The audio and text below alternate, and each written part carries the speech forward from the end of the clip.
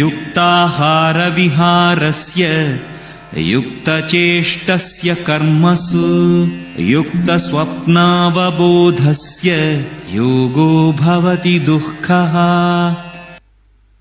ನಿನ್ನೆಯ ತನಕ 17ನೇ ಶ್ಲೋಕದಲ್ಲಿ ಯುಕ್ತ ಆಹಾರ ವಿಹಾರಸ್ಯ, ಆಹಾರದಲ್ಲಿ ಮತ್ತು ವಿಹಾರ ಅಂದರೆ ಮಾಡುವ ಕೆಲಸಗಳಲ್ಲಿ ಯುಕ್ತನಾಗಿರುವುದು, ಯುಕ್ತ ಚೇಷ್ಟಸ್ಯ ಅಂದರೆ ಕರ್ಮಗಳಲ್ಲಿ, ವಿಹಾರದಲ್ಲಿ, ಆಹಾರದಲ್ಲಿ ಯುಕ್ತನಾಗಿರುವುದು ಅಂದರೆ ಸಂಯಮದಿಂದ ಸಮನಾಗಿ ಇರುವುದು.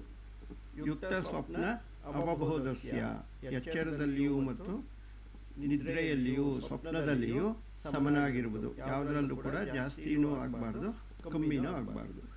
ಈ ರೀತಿಯಲ್ಲಿ ಜೀವನ ಮಾಡ್ತಾ ಯಾರು ಯೋಗವನ್ನು ಅಭ್ಯಾಸ ಮಾಡ್ತಾರೋ ಅವರಿಗೆ ಈ ಸಂಸಾರದ ದುಃಖಗಳನ್ನು ಪರಿಹರಿಸುವ ಶಕ್ತಿ ಇರುವ ಯೋಗವು ಸಿದ್ಧಿಸುವುದು. ಏನು ಸಿದ್ಧಿಸುತ್ತೆ? ಅದು ಆತ್ಮಜ್ಞಾನವನ್ನು ತಂದುಕೊಡುತ್ತೆ. ಈಗ ಮುಂದಿನ ಶ್ಲೋಕ.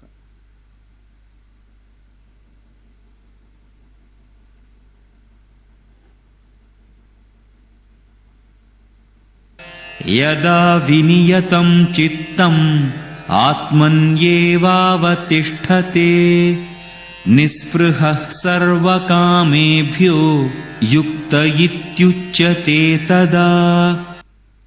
ಯದಾ ವಿನಿಯತಂ ಚಿತ್ತಂ, ವಿನಿಯತಂ ಅಂದರೆ ತನ್ನ ವಶದಲ್ಲಿರುವ ಹೊರಗಿನ ವಿಷಯಗಳನ್ನು ಚಿಂತನೆ ಮಾಡದಿರುವ ಚಿತ್ತ.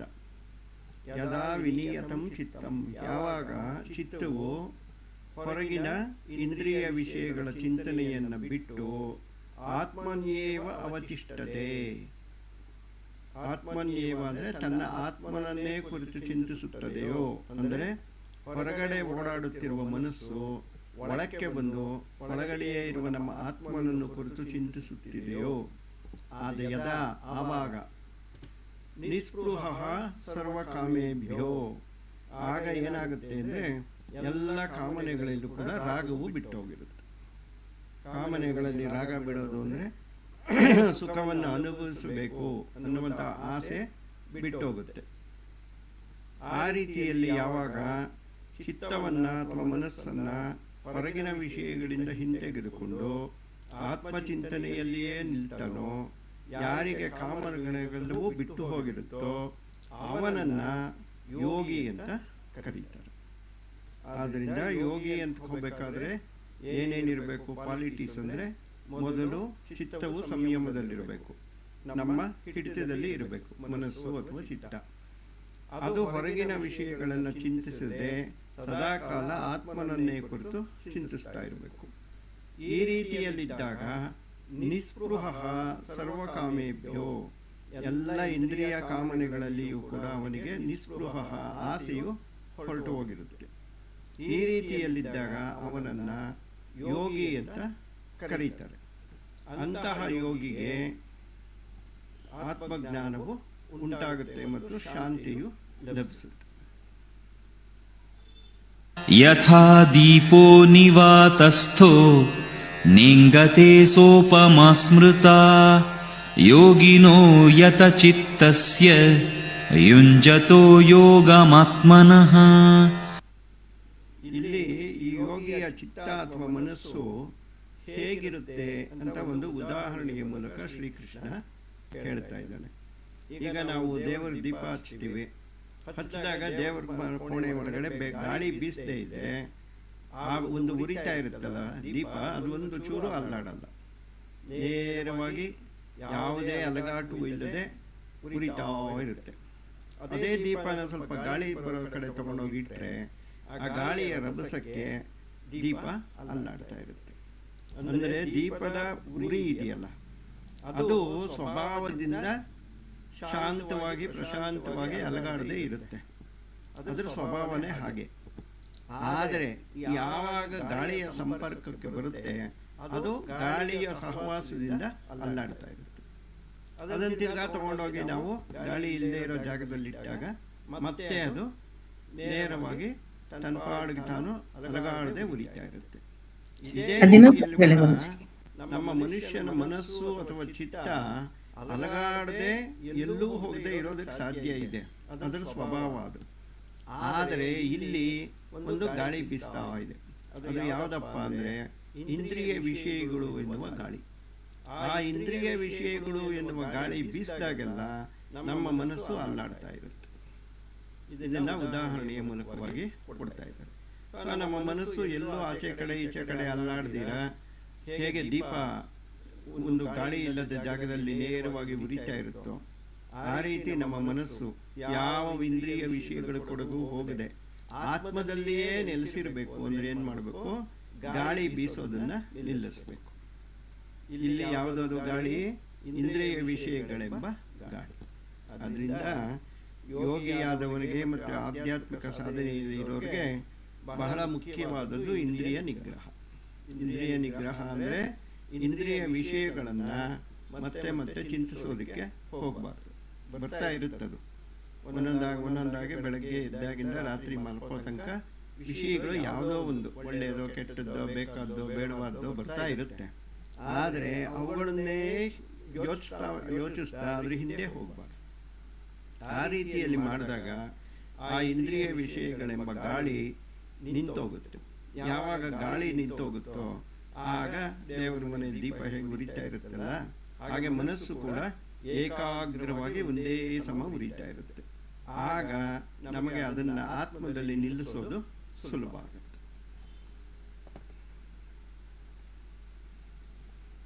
ಯತ್ರೋ ಪರಮತೆ ಚಿತ್ತಂ ನಿರುದ್ಧಂ ಯೋಗ ಸೇವಯಾ ಯತ್ರ ಚೈವಾತ್ಮನಾತ್ಮಾನಂ ಪಶ್ಯನ್ನಾತ್ಮನಿ ತುಷ್ಯತಿ.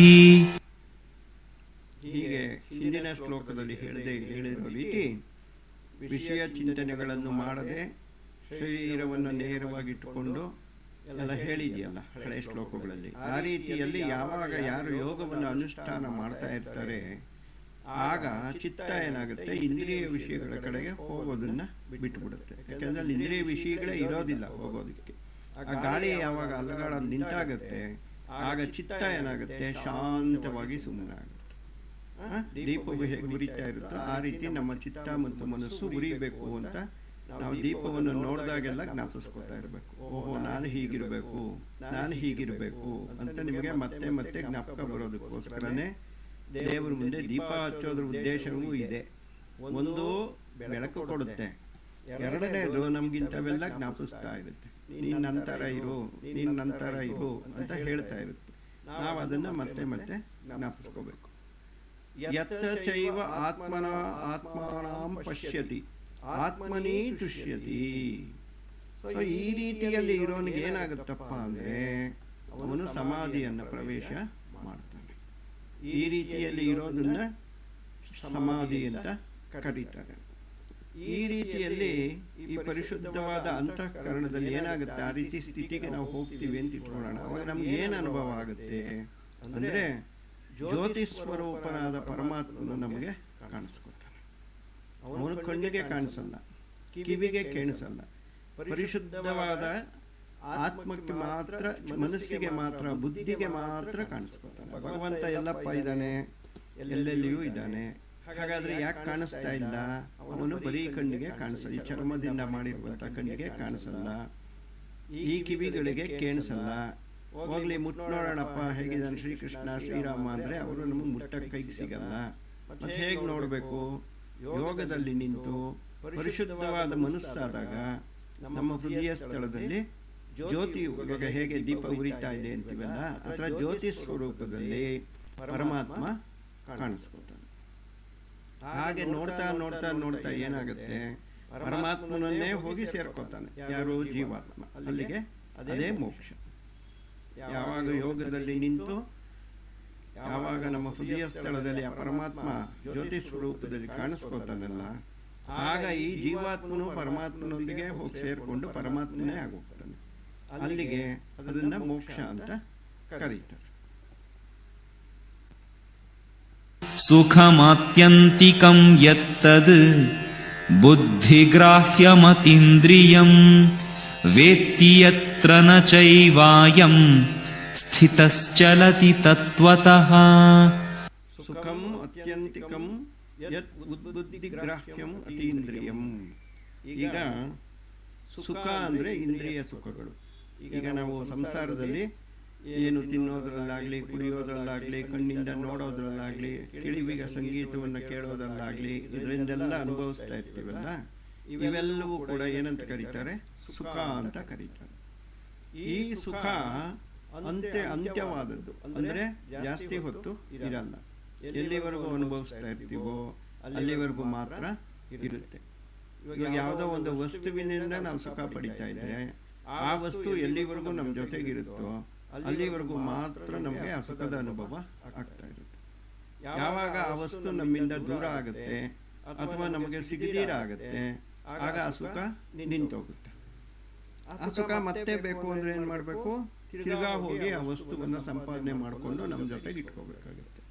ಇದು ಆ ಸುಖ ಸಿಗದೇ ಇದ್ದಾಗ ದುಃಖದ ಅನುಭವ ಆಗುತ್ತೆ. ಯಾವುದಾದ್ರು ಒಂದು ಪ್ರೀತಿಯ ವಸ್ತು, ನಮಗೆ ಬೇಕಾದ ವಸ್ತು ನಮ್ಮ ಹತ್ರ ಇದ್ದಾಗ ಸುಖ, ನಮ್ಮ ಹತ್ರ ಇದ್ದೀರಾ, ಕಾಣಿಸ್ತೀರಾ, ನಮ್ಮಿಂದ ದೂರ ಇದ್ದಾಗ ದುಃಖ.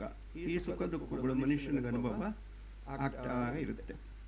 ಆದರೆ ಸುಖಂ ಅತ್ಯಂತಿಕಂ ಯದ್ಬುದ್ಧಿ ಗ್ರಾಹ್ಯಂ ಅತೀಂದ್ರಿಯಂ, ಈ ಒಂದು ಆತ್ಮಾನಂದವೆನ್ನುವ ಸುಖ ಇದೆಯಲ್ಲ, ಆತ್ಮಸುಖ, ಇದು ಮನಸ್ಸಿಗೆ ಸಿಗಲ್ಲ, ಕಣ್ಣು ಕಿವಿಗಳಿಗೂ ಕೂಡ ಸಿಗಲ್ಲ. ಮತ್ತೆ ಯಾವುದಕ್ಕೆ ಸಿಗುತ್ತಿದೋ? ಬುದ್ಧಿಗೆ ಮಾತ್ರ ಸಿಗುತ್ತೆ. ಯಾವಾಗ ನಮ್ಮಲ್ಲಿ ಸಾಧನೆಯಿಂದ ಬುದ್ಧಿ ಜಾಗೃತ ಆಗುತ್ತೋ ಆ ಬುದ್ಧಿಗೆ ಆ ಸುಖವು ಗೋಚರ ಆಗುತ್ತೆ. ಆ ಸುಖವು ಯಾವ ವಸ್ತುವೂ ಬೇಕಾಗಿಲ್ಲ. ಆ ಸುಖದನ್ನು ಅನುಭವಿಸಬೇಕಾದ್ರೆ ನಮಗೆ ಯಾವ ವಸ್ತುಗಳ ಅವಶ್ಯಕತೆಯೂ ಇರಲ್ಲ. ಶುದ್ಧವಾದ ಮನಸ್ಸು ಹೊಂದಿದ್ರೆ ಸಾಕು. ಅದು ಎಂದೂ ಕೂಡ ಆರದೇ ಇರೋದ್ರಿಂದ, ಅದು ನಂದದೇ ಇರೋದ್ರಿಂದ ಅದಕ್ಕೆ ಆನಂದ ಅಂತ ಕರೀತಾರೆ. ಸೊ ಪರಬ್ರಹ್ಮ ಆತ್ಮಸುಖವು ಆತ್ಮಾನಂದ ಅಂತ ಏನು ಹೇಳ್ತೀವಲ್ಲ, ಅದೇ ಬೇರೆ. ನಾವು ಈ ಪ್ರಪಂಚದಲ್ಲಿ ಅನುಭವಿಸ್ತಾ ಇರುವ ಸುಖವೇ ಬೇರೆ. ಎಲ್ಲಿಯವರೆಗೂ ನಮಗೆ ಆನಂದದ ಅನುಭವ ಆಗಲ್ಲ ಅಥವಾ ಅಂಥದ್ದೊಂದು ಇದೆ ಅಂತ ಯಾರು ನಮಗೆ ಹೇಳಿರಲ್ವೋ ಅಲ್ಲಿವರೆಗೂ ಈ ಪ್ರಪಂಚವೇ ಸರಿ, ಇದರಲ್ಲಿ ನಾವೇನೇನು ಮಾಡ್ತೀವೋ ಅದಕ್ಕಿಂತ ಬಿಟ್ಟರೆ ಇನ್ನೇನು ಇಲ್ಲ ಅಂತ ಮನುಷ್ಯ ಏನು ಮಾಡ್ತಾನೆ? ಸಂಸಾರದಲ್ಲಿ ಹೊಡೆದಾಡ್ತಾನೆ ಇರ್ತಾನೆ. ಯಾವಾಗ ಒಂದು ಸರಿ ಸತ್ಸಂಗದಿಂದ ಈ ಆತ್ಮಸುಖ ಇದೆ ಅಂತ ಗೊತ್ತಾಗುತ್ತೋ, ಆ ದಾರಿಯಲ್ಲಿ ಸಾಧನೆ ಮಾಡಿ ಅದನ್ನು ಅನುಭವಿಸ್ತೀವೋ, ಅಲ್ಲಿಂದಾಚೆಗೆ ಸಂಸಾರದಲ್ಲಿ ಇರುವಂತಹ ಈ ಚಿಕ್ಕ ಚಿಕ್ಕ ಸುಖಗಳೆಲ್ಲ ಆಸಕ್ತಿ ಬಿಟ್ಟು ಹೋಗುತ್ತೆ. ಆದ್ರಿಂದ ಯಾವ ಸುಖವು ಅನಂತವಾದದ್ದೋ, ಯಾವ ಸುಖವು ಮನಸ್ಸು ಮತ್ತು ಇಂದ್ರಿಯಗಳಿಗೆ ಗೋಚರವಾಗುವುದಿಲ್ಲವೋ, ಯಾವ ಸುಖವು ಬುದ್ಧಿಗೆ ಮಾತ್ರ ಗೋಚರವಾಗುವುದೋ ಅಂತಹ ಸುಖವನ್ನ, ಆತ್ಮಸುಖವನ್ನ ಯಾರು ಈ ಆತ್ಮಸ್ವರೂಪದಿಂದ ಚಲಿಸದೇ ಇರ್ತಾನಲ್ಲ, ಹಿಂದೆ ಹೇಳಿದ್ವಲ್ಲ, ಹೇಗೆ ದೀಪ ಉರಿತಾ ಇರುತ್ತೋ ಗಾಳಿಗೆ ಅಲ್ಲಾಡದೆ, ಆ ರೀತಿ ಯಾವಾಗ ಮನಸ್ಸು ಅಲಗಾಡದೆ ಇಂದ್ರಿಯ ವಿಷಯಗಳಿಗೆ ಹೋಗದೆ ನಿಂತ್ಕೊಂಡಿರುತ್ತಲ್ಲ, ಆಗ ಅವನಿಗೆ ಈ ಆನಂದದ ಅನುಭವ ಆಗುತ್ತೆ. ಸೊ ಆತ್ಮದ ಅನುಭವವನ್ನು ಮಾಡಬೇಕಾದ್ರೆ ಈ ರೀತಿಯಲ್ಲಿ ಮನಸ್ಸನ್ನು ಏಕಾಗ್ರವಾಗಿ ನಿಲ್ಲಿಸಿಕೊಂಡು ಭಗವಂತನಲ್ಲಿ ಸೇರಿಸಬೇಕು. ಇಂದ್ರಿಯ ವಿಷಯಗಳನ್ನು ಎಲ್ಲಿವರೆಗೂ ಯೋಚನೆ ಮಾಡ್ತಾ ಇರ್ತೀವೋ ಅಲ್ಲಿವರೆಗೂ ಈ ಆತ್ಮದ ಅನುಭವವೂ ಆಗಲ್ಲ, ಆನಂದವೂ ಕೂಡ ಆಗೋದಿಲ್ಲ. ಯಂ ಲಬ್ಧ್ವಾ ಚಾಪರಂ ಲಾಭಂ ಮನ್ಯತೇನಾಧಿಕಂ ತತಃ ಯಸ್ಮಿನ್ ಸ್ಥಿತೋ ನ ದುಃಖೇನ ಗುರುಣಾಪಿ ವಿಚಾಲ್ಯತೆ. ಯಂ ಲಬ್ಧ್ವಾ ಚ ಅಪರಂ ಲಾಭಂ ಮನ್ಯತೆ ನ ಅಧಿಕಂ ತತಃ. ಯಂ ಲಬ್ಧ್ವಾ, ಹಿಂದೆ ಹೇಳಿರ್ತಕ್ಕಂಥ ಆತ್ಮಸುಖವನ್ನ ಯಾರು ಪಡ್ಕೊಂಡಿರ್ತಾರೋ ಅವರು ಈ ಸಂಸಾರದಲ್ಲಿ ಸಿಕ್ಕತಕ್ಕಂಥ ಇಂದ್ರಿಯ ಸುಖಗಳನ್ನು ಹೆಚ್ಚು ಅಂತ ಎಣಿಸೋದಿಲ್ಲ. ಎಲ್ಲಿವರೆಗೂ ನಮಗೆ ಆತ್ಮಜ್ಞಾನವೂ ಬರಲ್ಲ, ಅಂತ ವಿಷಯ ಇದೆ ಅಂತಲೂ ಗೊತ್ತಾಗಲ್ಲ, ಆ ಸುಖದ ಅನುಭವವೂ ಆಗಲ್ಲ, ಅಲ್ಲಿವರೆಗೂ ಸಂಸಾರದ ಸುಖವೇ ಹೆಚ್ಚು ಅಂತ ಅದನ್ನು ಪಡ್ಕೋಬೇಕಾದ್ರೆ ಏನೇನು ಮಾಡಬೇಕೋ ಬೆಳಗ್ಗಿನಿಂದ ರಾತ್ರಿ ತನಕ ಎಲ್ಲವನ್ನು ಎಲ್ಲ ಮನುಷ್ಯರು ಮಾಡ್ತಾ ಇರ್ತಾರೆ.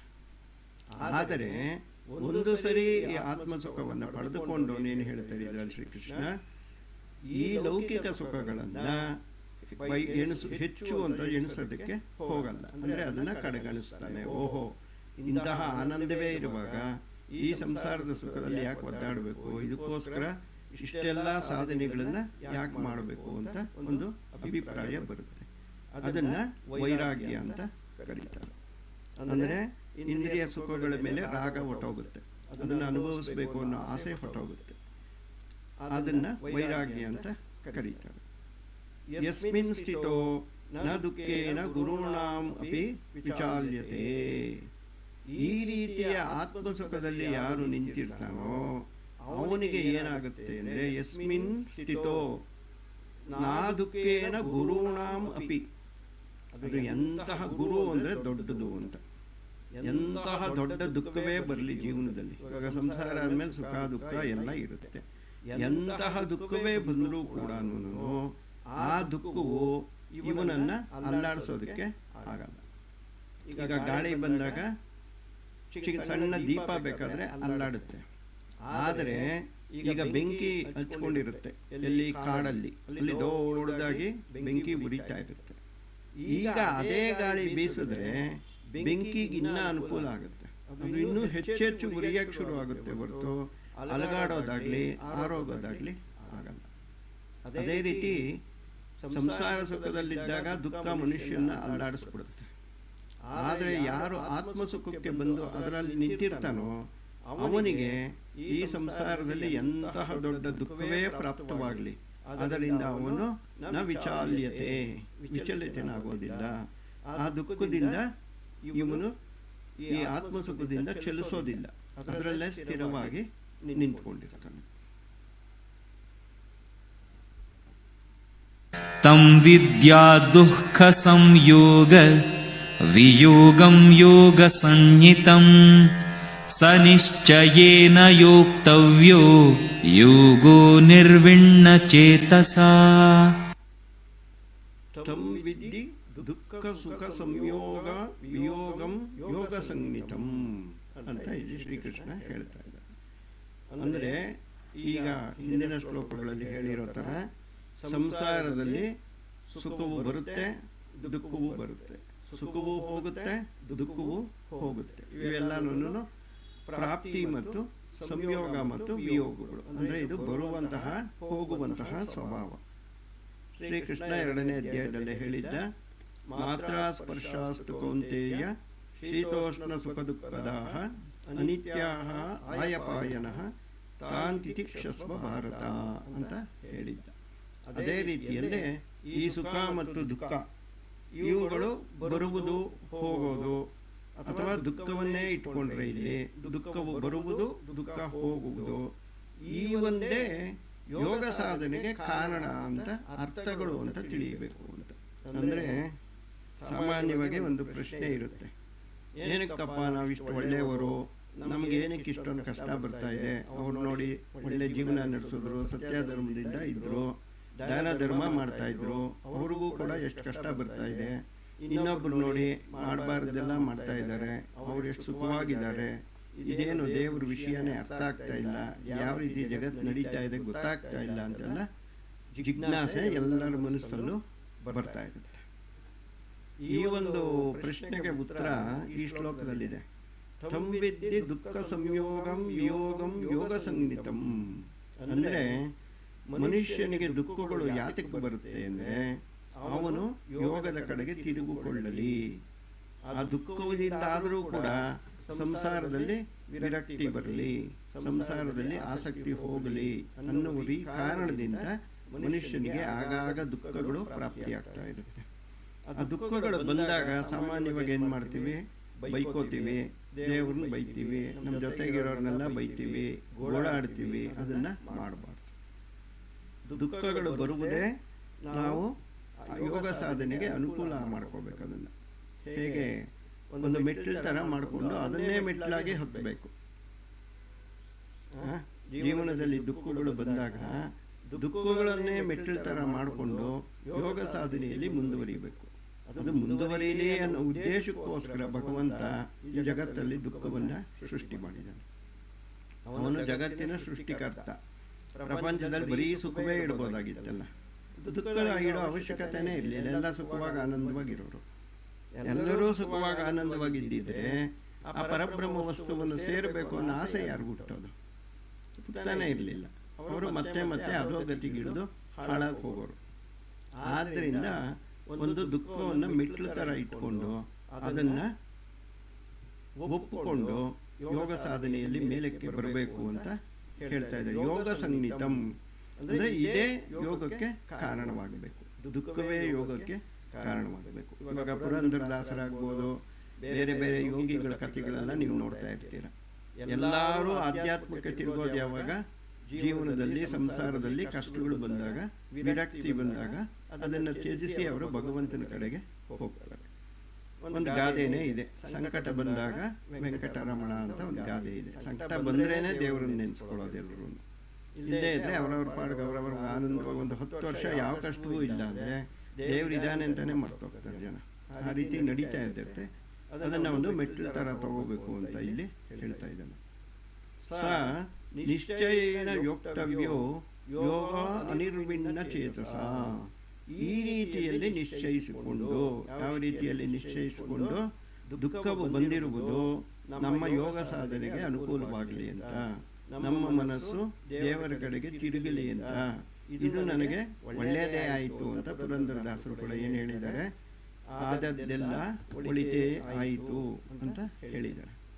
ಆದ್ದರಿಂದ ದುಃಖಗಳು ಬಂದಾಗ ಸಂತೋಷವಾಗಿ ಸ್ವೀಕರಿಸಿಕೊಂಡು ನಿರಾಸೆ ಇಲ್ಲದೆ, ಯೋಕ್ತವ್ಯೋ ಯೋಗೋ ನಿರ್ವಿಣ್ಣ ಚೇತಸ. ನಿರ್ವಿಣ್ಣ ಚೇತಸ ಅಂದರೆ ನಿರಾಸೆ ಇಲ್ಲದೆ ಉತ್ಸಾಹದಿಂದ ಯೋಗವನ್ನು ಜಾಸ್ತಿ ಮಾಡ್ಕೋಬೇಕಂತ. ಅಂದರೆ ಏನು? ಈಗ ಮನುಷ್ಯನಿಗೆ ದುಃಖವು ಬಂತು, ದುಃಖ ಬಂದಾಗ ನಿರಾಸೆ ಬರುತ್ತೆ, ಕೋಪ ಬರುತ್ತೆ, ಎಲ್ಲವೂ ಕೂಡ ಆಗುತ್ತೆ. ಆದರೆ ಇಲ್ಲಿ ಏನು ಹೇಳ್ತಾ ಇದ್ದಾನೆ? ಸ ನಿಶ್ಚಯೇನ ಯೋಕ್ತವ್ಯೋ ಯೋಗೋ ನಿರ್ವಿಣ್ಣ ಚೇತಸ. ಆ ನಿರಾಸೆಯನ್ನು ಬಿಡಬೇಕು, ನಿರುತ್ಸಾಹವನ್ನು ಬಿಡಬೇಕು. ಆಹಾ, ದುಃಖ ಬಂದಿದೆ, ಇದನ್ನು ನಾನು ಎದುರಿಸ್ತೀನಿ, ಇದನ್ನು ನಾನು ಒಂದು ಮೆಟ್ಲಾಗಿಟ್ಕೊಂಡು ಭಗವಂತನ ಕಡೆಗೆ ಹೋಗ್ತೀನಿ, ಸಾಧನೆ ಮಾಡ್ತೀನಿ ಅಂತ ತಿಳ್ಕೊಂಡು ಉತ್ಸಾಹದಿಂದ ಯೋಗ ಸಾಧನೆಯನ್ನು ಮುಂದುವರಿಸಬೇಕು. ಈ ರೀತಿಯಲ್ಲಿ ಶ್ರೀಕೃಷ್ಣ ನಮಗೆ ಒಂದು ಉತ್ತಮವಾದ ಮಾರ್ಗವನ್ನು ಹೇಳ್ತಾ ಇದ್ದಾನೆ. ತಂ ವಿದ್ಯಾ ದುಃಖ ಸಂಯೋಗ ವಿಯೋಗಂ ಯೋಗ ಸಂಹಿತಂ ಸ ನಿಶ್ಚಯೇನ ಯೋಕ್ತವ್ಯೋ ಯೋಗೋ ನಿರ್ವಿಣ್ಣ ಚೇತಸಾ. ಸಂಕಲ್ಪ ಪ್ರಭವಾನ್ ಕಾಮಾನ್ ತ್ಯಕ್ತ್ವಾ. ಈ ಕಾಮನೆಗಳೆಲ್ಲ ನಮಗೆ ದುಃಖಕ್ಕೆ ಕಾರಣ ಯಾವುದು? ಆಸೆಗೆ ದುಃಖಕ್ಕೆ ಕಾರಣ. ನಮಗೆ ಎಲ್ಲೆಲ್ಲಿ ಕಾಮನೆಗಳಿರುತ್ತೆ, ಆಸೆಗಳಿರುತ್ತೆ, ಅಲ್ಲೆಲ್ಲ ಸುಖವೂ ಹಿಂದೆ ಬರುತ್ತೆ, ಅದ್ರ ಜೊತೆಗೆ ದುಃಖವೂ ಕೂಡ ಬರ್ತಾ ಇರುತ್ತೆ. ನಮಗೆ ಬೇಕಾದ ಸಿಕ್ಕರೆ ಸುಖ, ಬೇಡದೇ ಇದ್ದು ಸಿಗದೇ ಇದ್ದರೆ ದುಃಖ, ಸಿಗೋದಕ್ಕೆ ಏನಾದ್ರು ಅಡ್ಡಿ ಆದರೆ ದುಃಖ ಮತ್ತು ಕೋಪ ಹೀಗೆಲ್ಲ ನಡೀತಾ ಇರುತ್ತೆ. ಆದ್ದರಿಂದ ಏನು ಮಾಡಬೇಕು? ಸಂಕಲ್ಪ ಪ್ರಭವಾನ್ ಕಾಮಾನ್ ತ್ಯಕ್ತ್ವಾ. ಈ ಕಾಮನೆಗಳೆಲ್ಲ ಯಾವುದರಿಂದ ಹುಟ್ಟುತ್ತೆ ಅಂದರೆ ಸಂಕಲ್ಪದಿಂದ ಹುಟ್ಟುತ್ತೆ. ಅಂದರೆ ನನಗಿದು ಬೇಕು, ನಾನು ಇದನ್ನು ಪಡ್ಕೋಬೇಕು ಅಂತ ನಮ್ಮ ಮನಸ್ಸಲ್ಲಿ ಏನು ಬರುತ್ತಲ್ಲ ಅದೇ ಸಂಕಲ್ಪ. ಆ ಸಂಕಲ್ಪದಿಂದ ಹುಟ್ಟುವ ಎಲ್ಲ ಕಾಮನೆಗಳನ್ನು ಒಂದೂ ಉಳಿಯದಂತೆ ತ್ಯಾಗ ಮಾಡಬೇಕು. ಅಂದರೆ ಯಾವುದೇ ಕಾಮನೆಗಳಿಗೂ ಕೂಡ ಬಲಿಯಾಗಬಾರ್ದು.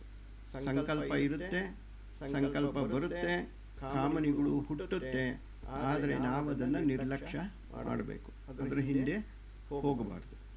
ಸಂಕಲ್ಪ ಪ್ರಭವಾನ್ ಕಾಮಾನ್ ತ್ಯಕ್ತ್ವಾ ಸರ್ವಾನ್ ಅಶೇಷತಃ. ಸರ್ವಾನ್ ಅಂದರೆ ಎಲ್ಲ ರೀತಿಯ ಕಾಮನೆಗಳು, ಒಳ್ಳೆಯ ಕಾಮನೆಗಳು ಆಗ್ಬೋದು, ಕೆಟ್ಟ ಕಾಮನೆಗಳು ಆಗ್ಬೋದು. ಅಶೇಷತಃ ಅಂದರೆ ಒಂದು ಚೂರೂ ಉಳಿದೇ ಇರೋ ಥರ ಎಲ್ಲವನ್ನು ಕೂಡ ತ್ಯಾಗ ಮಾಡಬೇಕು. ಮನಸೈವ ಇಂದ್ರಿಯ ಗ್ರಾಮಂ ವಿನಿಯಮ್ಯ. ಮನಸ್ಸು ಮತ್ತು ಇಂದ್ರಿಯಗಳನ್ನು ವಿನಿಯಮ್ಯ ಅಂದರೆ ನಿಗ್ರಹದಲ್ಲಿ ಇಟ್ಟುಕೊಂಡು, ಮನಸ್ಸು ಮತ್ತು ಇಂದ್ರಿಯ ಒಟ್ಟಿಗೆ ಸೇರಿಸಿದಾಗ ಏನಾಗುತ್ತೆ? ಮನಸೇಂದ್ರಿಯ ಗ್ರಾಮಂ, ಮನಸ್ಸು ಮತ್ತು ಇಂದ್ರಿಯಗಳ ಗುಂಪಿದೆಯಲ್ಲ, ಆ ಗುಂಪನ್ನು ವಿನಿಯಮ್ಯ ತನ್ನ ಹಿಡಿತದಲ್ಲಿಟ್ಕೊಂಡು, ನಿಗ್ರಹದಲ್ಲಿಟ್ಕೊಂಡು ಏನು ಮಾಡಬೇಕು? ಸಮಂತತಃ. ಸಮಂತತಃ ಅಂದರೆ ಮನಸ್ಸನ್ನು ಇಂದ್ರಿಯ ವಿಷಯಗಳಿಂದ ಒಳಕ್ಕೆ ಎಳ್ಕೊಂಡು ಆತ್ಮನ ಕಡೆಗೆ ನಿಲ್ಲಿಸ್ಕೋಬೇಕು. ಇದನ್ನು ಸಮಂತತಃ ಅಂದರೆ ಯೋಗದಲ್ಲಿ ತೊಡಗೋದು, ಮನಸ್ಸನ್ನು ಇಂದ್ರಿಯ ವಿಷಯಗಳಿಂದ ಹಿಂದಕ್ಕೆ ತೆಗೆದುಕೊಂಡು ಆತ್ಮಚಿಂತನೆಯಲ್ಲಿ ತೊಡಗಬೇಕು.